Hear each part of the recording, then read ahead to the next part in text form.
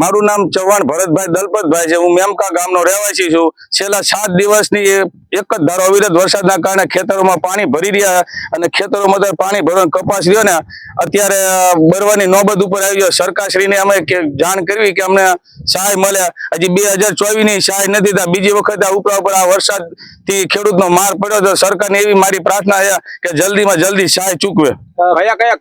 કપાસ સહિત અને અન્ય કેવા પાકો બળી ગયા? કપાસ બળી ગયો છે, જાયરું, પછી અડદ ને મગ ને બધાનું ખૂબ નુકસાન છે।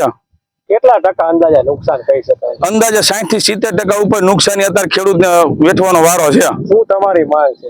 અમારી માંગ ખરી સરકારની એટલી છે કે 2024 ના હજી બાકી હતા, 2025 ના અત્યારે અવિરત વરસાદના કારણે ખેડૂતોના હતા બધા પાક ઉભા ભરી ગયા છે, તો સરકાર એને સહાય ચૂકવે અમારી માંગ છે। વરસાદ બંધ નહીં થાય તો કેવી હાલત થશે? સરકાર વરસાદ બંધ નહીં થાય ને તો ખેડૂતને તો ભૂખે મરવાનો વારો આવશે।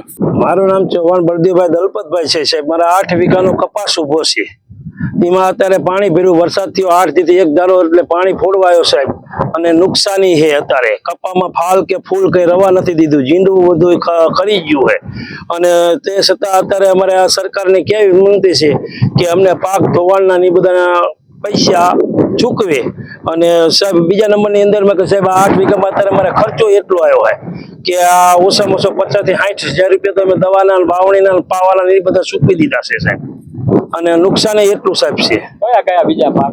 કપાસ છે, તલ છે, મગ છે, અડદ છે સાહેબ, અને તે છતાં અત્યારે સિંગદાણામાં એટલું નુકસાન, ભૂંડળા એટલા ખોતરી બારે છે। વરસાદ બંધ નહીં થાય તો કેવી હાલત થશે? તો સાહેબ કપા બધો કરી બળી જાય અને નુકસાની વધારે આવે।